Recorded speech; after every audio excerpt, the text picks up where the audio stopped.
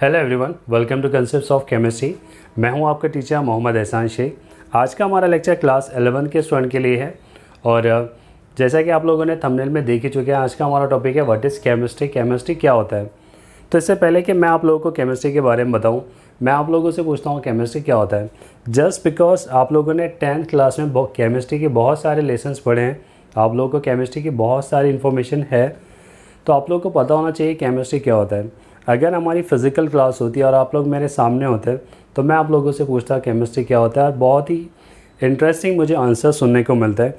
कोई ये कहता है कि sir chemistry is the study of element, chemistry element की स्टडी को बोलते हैं।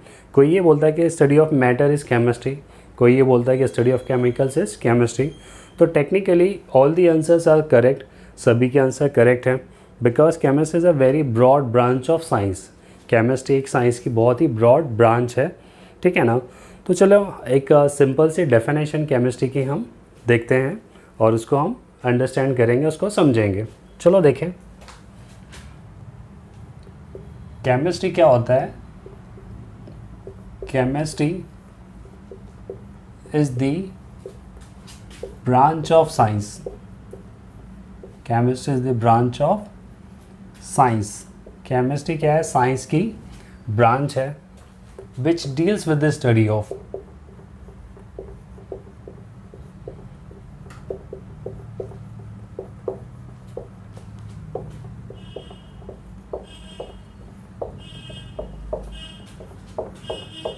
chemistry is the branch of science which deals with the study of composition, then next structure, properties of matter,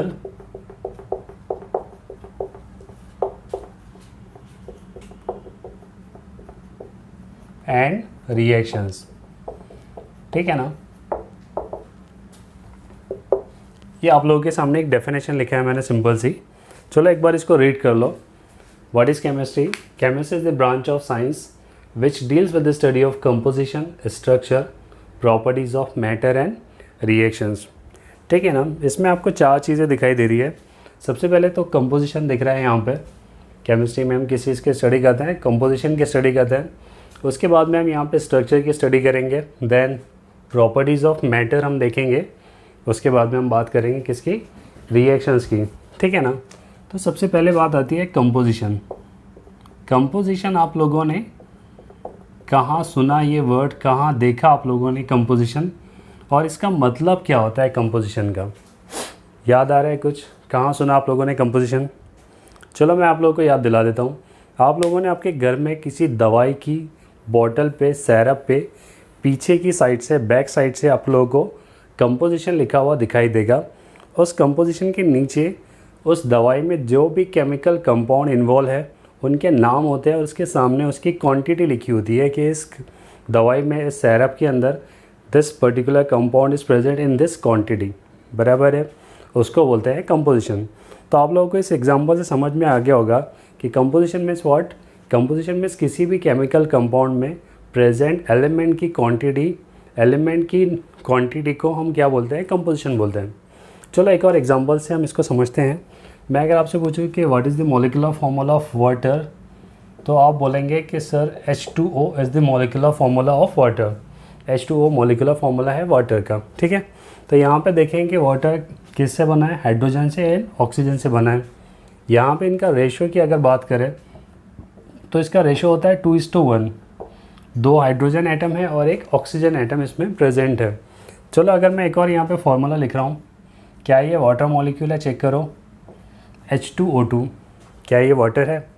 तो ऑब्वियसली नॉट, ये water molecule नहीं है। क्यों नहीं है? जबकि इसमें हाइड्रोजन भी है और ऑक्सीजन भी है, दोनों भी है। बट इसमें क्या है, जो रेशो है वो कितना है? 1:1 का है। जितने हाइड्रोजन एटम है उतने ही इसमें क्या है? ऑक्सीजन एटम प्रेजेंट है। दोनों की क्वांटिटी बराबर बराबर है। इसको सिंपल न्यूमेरिकल फैक्टर में हम कन्वर्ट करते हैं, 2 से डिवाइड करेंगे, 1:1 आ जाएगा। एक सिंपल रेशो में, एक सिंपल फॉर्म में हम इसको लेकर आएंगे। तो यहाँ पे रेशो कितना आ जाता है? 1:1। ठीक है। हाइड्रोजन एंड ऑक्सीजन इसमें प्रेजेंट है, बट इसमें दोनों का जो स्टाइचोमेट्रिक रेशो है, इसका जो रेशो है वो सेम नहीं है। वाटर के अंदर हाइड्रोजन और ऑक्सीजन का जो रेशो होता है कितना होता है? 2:1 होता है। यहाँ पर कितना है? 1:1 का रेशो है। दैट मीन्स ये वाटर मॉलिक्यूल नहीं है, कुछ और होगा, बट ये वाटर मॉलिक्यूल नहीं है। Actually it's a hydrogen peroxide, इसका नाम है हाइड्रोजन पेरोक्साइड है। चलो एक और एग्जांपल से हम इसको देखते हैं। Glucose, what is the molecular formula of glucose? C6H12O6, ठीक है, this is the molecular formula of glucose. यहाँ पे कौन कौन से एलिमेंट है? सबसे पहले तो हम एलिमेंटल स्टडी करेंगे, एलिमेंट देखेंगे कौन कौन से हैं। यहाँ पे कार्बन है, हाइड्रोजन है और ऑक्सीजन एटम है। Carbon, hydrogen and oxygen atom है। यहाँ पे रेशो कितना है?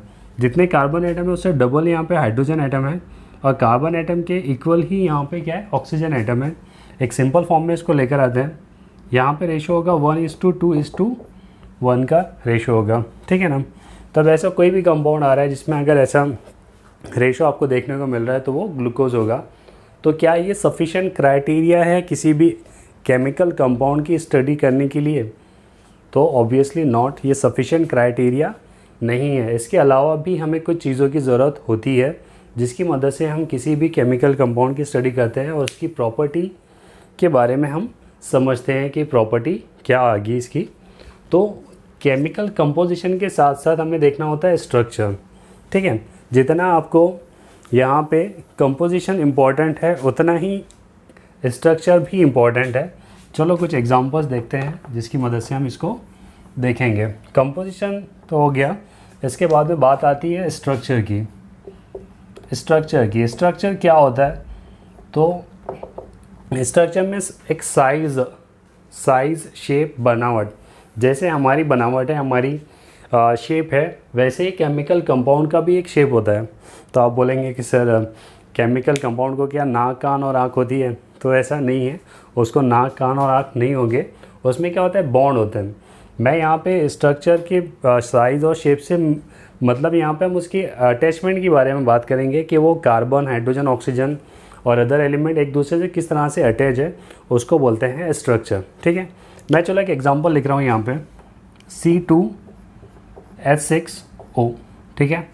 क्या नाम है इस पर्टिकुलर कंपाउंड का? इसका नाम क्या है? चलो बताओ। तो अभी फ़िलहाल मैं इसको कुछ पर्टिकुलर नाम नहीं दे सकता हूँ, बिकॉज ऐसा जो मॉलिक्यूलर फार्मूला, ये जो मॉलिक्यूलर फार्मूला है, इस तरह का मॉलिक्यूलर फार्मूला हमें ईथर में भी देखने को मिलता है और अल्कोहल में भी देखने को मिलेगा, ठीक है। कैसे? मैं अगर इसको इस फॉर्म में लिखूं CH3 bond O bond CH3, तो ये डाईमीथिल ईथर बन रहा है, ठीक है। मैं अगर ऐसे लिखूं CH3 bond CH2 bond OH, तो ये अल्कोहल बन रहा है, ईथिल अल्कोहल। चलो चेक करो, देखो यहाँ पे कार्बन एटम है, इधर एक carbon atom C2, 3+3 hydrogen plus 3 hydrogen 6 and this 1 oxygen C2H6O। यहाँ पे चेक करो 1+1 2 कार्बन एटम, 3+2 5+1 6 हाइड्रोजन एटम और एक ऑक्सीजन एटम यहाँ पे प्रेजेंट है। मतलब ये दोनों एक दूसरे के आइसोमर है। आइसोमर किसे बोलते हैं? मॉलिक्यूलर फॉर्मूला दोनों का सेम है बट स्ट्रक्चर अलग अलग है, ठीक है ना। तो देखो मॉलिक्यूलर फॉर्मूला दोनों का सेम है, जो एलिमेंटल रेशो है वो भी सेम है, बट यहाँ पे स्ट्रक्चर अलग अलग है। अब स्ट्रक्चर अलग अलग होने की वजह से क्या हुआ? इनकी प्रॉपर्टी भी अलग अलग हो गई, ठीक है ना। अब स्ट्रक्चर में देखो क्या फ़र्क क्या हुआ यहाँ पे? देखो इस वाले कंपाउंड में अगर हम देखें तो ये जो कार्बन एटम है ऑक्सीजन से अटैच है और ऑक्सीजन एटम अगेन एक दूसरे कार्बन एटम से अटैच है। यहाँ पे इस कार्बन एटम को 3 हाइड्रोजन एटम अटैच है इस तरह से, और इस कार्बन एटम से 3 हाइड्रोजन एटम अटैच है, ठीक है। ये हो गया इस ईथर का स्ट्रक्चरल फॉर्मूला। मैं अगर इस अल्कोहल की अगर बात करूँ तो आप अगर देखेंगे यहाँ पे कार्बन एटम दूसरे कार्बन से अटैच है और ये कार्बन एक ऑक्सीजन से अटैच है, जबकि यहाँ पे कैसा था? कार्बन ऑक्सीजन से अटैच था एंड अगेन ऑक्सीजन दूसरे कार्बन से अटैच था, लेकिन यहाँ पे ऐसा नहीं है। एक कार्बन एटम दूसरे कार्बन से अटैच है और फिर वो अगेन एक ऑक्सीजन से अटैच है। यहाँ पे ये वाला कार्बन एटम 3 हाइड्रोजन से अटैच होगा, ये 2 हाइड्रोजन से अटैच है और इस ऑक्सीजन से एक हाइड्रोजन अटैच होगा। देखो मॉलिक्यूलर फॉर्मूला चेक करो, C2 और हाइड्रोजन 1 2 3 4 5 एंड 6 एंड एक ऑक्सीजन एटम है। यहाँ पे देखो 1+1 2 C2 1 2 3 4 5 6 hydrogen atom and 1 oxygen atom, ठीक है ना। तो मॉलिक्यूलर फार्मूला और कंपोजिशन के साथ साथ हमें स्ट्रक्चर भी इक्वली इम्पॉर्टेंट है, ठीक है ना। अगर आप फ्यूचर में आप रिसर्च करते हैं केमिस्ट्री के अंदर, कोई नया एक आप कंपाउंड बनाते हैं, तो आप लोगों को सबसे पहले उसकी एलिमेंटल स्टडी करना पड़ेगा, एलिमेंटल एनालिसिस करना पड़ेगा, आपको एलिमेंट पता करना पड़ेगा कौन कौन से एलिमेंट प्रेजेंट है। उसके बाद में उसका स्ट्रक्चर पता करना होगा कि इसका स्ट्रक्चर किस तरह से है, बराबर है। पोजीशन एंड स्ट्रक्चर के बाद में नेक्स्ट पॉइंट है हमारा properties of matter. Properties of matter, ठीक है। मैटर के बारे में आप लोगों को मालूम है, मैं ज़्यादा कुछ नहीं बोलूँगा यहाँ पे, ठीक है। Anything that occupies space and has mass is called matter. तो यहाँ पे प्रॉपर्टीज़ ऑफ मैटर के अंदर हम प्रॉपर्टी को दो तरह से यहाँ पे स्टडी करते हैं। एक आता है आपका physical properties, one is physical property, एक रहेगा आपका फिज़िकल प्रॉपर्टी, दूसरा आएगा आपका केमिकल प्रॉपर्टीज़, ठीक है। एक केमिकल प्रॉपर्टीज़ और दूसरा physical properties. Properties of matter में दो प्रॉपर्टीज़ आती है, physical properties and chemical properties. Physical property में एक्चुअली क्या होता है, फिज़िकल चेंज आता है। फिज़िकल प्रॉपर्टी मीन्स इसमें क्या हम स्टडी करेंगे, फिज़िकल चेंज। यहाँ पे क्या होगा, केमिकल चेंज आएगा, chemical change, physical change and chemical change. Physical change means यहाँ पे ये कैसा होता है, टेम्पररी होता है। Physical change is a temporary change, और ये फिज़िकल प्रॉपर्टीज़ में चेंज होगा। एक्चुअली साइज़ में चेंज होगा, शेप में चेंज आएगा, कलर में चेंज आएगा, उससे ज़्यादा कुछ नहीं होगा। यहाँ पे chemical composition is not change. और एक और चीज़ आती है इसमें, नो न्यू सब्सटेंसेस फॉर्म, कोई न्यू सब्सटेंस फॉर्म नहीं होगा, नो न्यू सब्सटेंसेस फॉर्म, कोई नया सब्सटेंस इसमें तैयार नहीं होता। और फिज़िकल चेंज कैसा होता है, टेम्पररी चेंज होता है। मीन्स अगर वो चेंज हो भी रहा है तो कुछ देर के बाद में वो अपनी ओरिजिनल पोजीशन में रिटेन हो जाएगा, वापस आ जाएगा। जैसे कि अगर मैं वाटर को कन्वर्ट करूँ आइस में, तो आइस को हम वापस से कन्वर्ट कर सकते हैं ना वाटर में। वाटर की प्रॉपर्टी चेंज हुई क्या, कुछ भी नहीं हुई, उसका केमिकल कंपोजिशन चेंज हुआ क्या। तो फिज़िकल प्रॉपर्टीज़ में क्या होता है, जो ओनली फिज़िकल प्रॉपर्टीज़ में चेंज आता है। Physical properties means which properties, size आएगा, शेप आएगा, कलर आएगा और ओडर आएगा, इसमें चेंज आ सकता है कुछ देर के लिए, देन वापस वो अपनी ओरिजिनल पोजीशन में आ जाएगा, ठीक है। केमिकल प्रॉपर्टी कैसा आता है, ये केमिकल चेंज कैसा होता है, ये परमानेंट चेंज होता है। Chemical change is a permanent change, chemical change permanent change होता है। और केमिकल चेंज के अंदर केमिकल कंपोजिशन चेंज हो जाता है और न्यू सब्सटेंस फॉर्म होता है, ठीक है। यहाँ पे क्या होगा, new substance is form, new substance is form. यहाँ पे क्या होगा, नया सब्सटेंस तैयार होगा जो कि पहले वाले से बिल्कुल अलग होगा और पहले वाले से उसकी प्रॉपर्टी भी अलग होगी। इसमें कुछ नया सब्सटेंस तैयार होता है। तो ये है आपका properties of matter. Properties of matter में हम दो तरह से उसकी स्टडी करते हैं, एक आएगा फिज़िकल प्रॉपर्टी की स्टडी करेंगे, दूसरा केमिकल प्रॉपर्टी की हम स्टडी करेंगे। चलिए देखो, लास्ट पॉइंट है हमारा chemical reactions.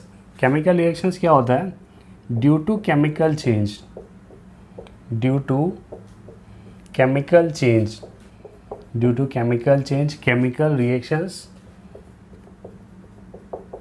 takes place and a new product is formed, and a new product is formed as a result of reaction, as a result of reactions, ठीक है। Reaction की वजह से क्या होता है, केमिकल चेंज की वजह से क्या होता है, एक नया कंपाउंड तैयार होता है, ठीक है। और इस प्रोसेस को क्या बोलेंगे अपन, केमिकल रिएक्शंस, ठीक है ना। इसमें देखो कैसे होता है, carbon plus oxygen, carbon plus oxygen मिलके क्या बनाता है, carbon dioxide, it is a chemical change, ठीक है। Calcium oxide plus carbon dioxide, calcium oxide plus carbon dioxide क्या बनाएगा, कैल्शियम कार्बोनेट, CaCO3, ठीक है। ऐसे ही मैग्नीशियम है, मैग्नीशियम स्ट्रिप को मैं अगर ऑक्सीजन के प्रेजेंस में बर्न करूँ तो क्या बनाएगा, मैग्नीशियम ऑक्साइड बनाएगा, 2MgO बनाएगा। तो ये सारे के सारे जो रिएक्शंस है ये क्या है, केमिकल रिएक्शंस है, ठीक है। तो ये होता है केमिस्ट्री, ठीक है। एक बार चलो देख लेते हैं इसको। What is chemistry? Chemistry is a branch of science which deals with the study of composition, structure, properties of matter and reactions, ठीक है। कंपोजिशन आप लोगों को पता चल गया कि किसी भी एलिमेंट की किसी भी कंपाउंड के अंदर जितने भी एलिमेंट होते हैं उनका रेशो, उसे हम कहते हैं केमिकल कंपोजिशन। उसके बाद में आज बात आती है स्ट्रक्चर की। स्ट्रक्चर मीन्स किसी भी एलिमेंट के अंदर दूसरे एलिमेंट किस तरह से अटैच है, ठीक है, उनका बॉन्डिंग किस तरह से है, उसे हम कहते हैं स्ट्रक्चर। प्रॉपर्टीज़ ऑफ मैटर में हम दो चीज़ें स्टडी करते हैं, physical properties and chemical properties.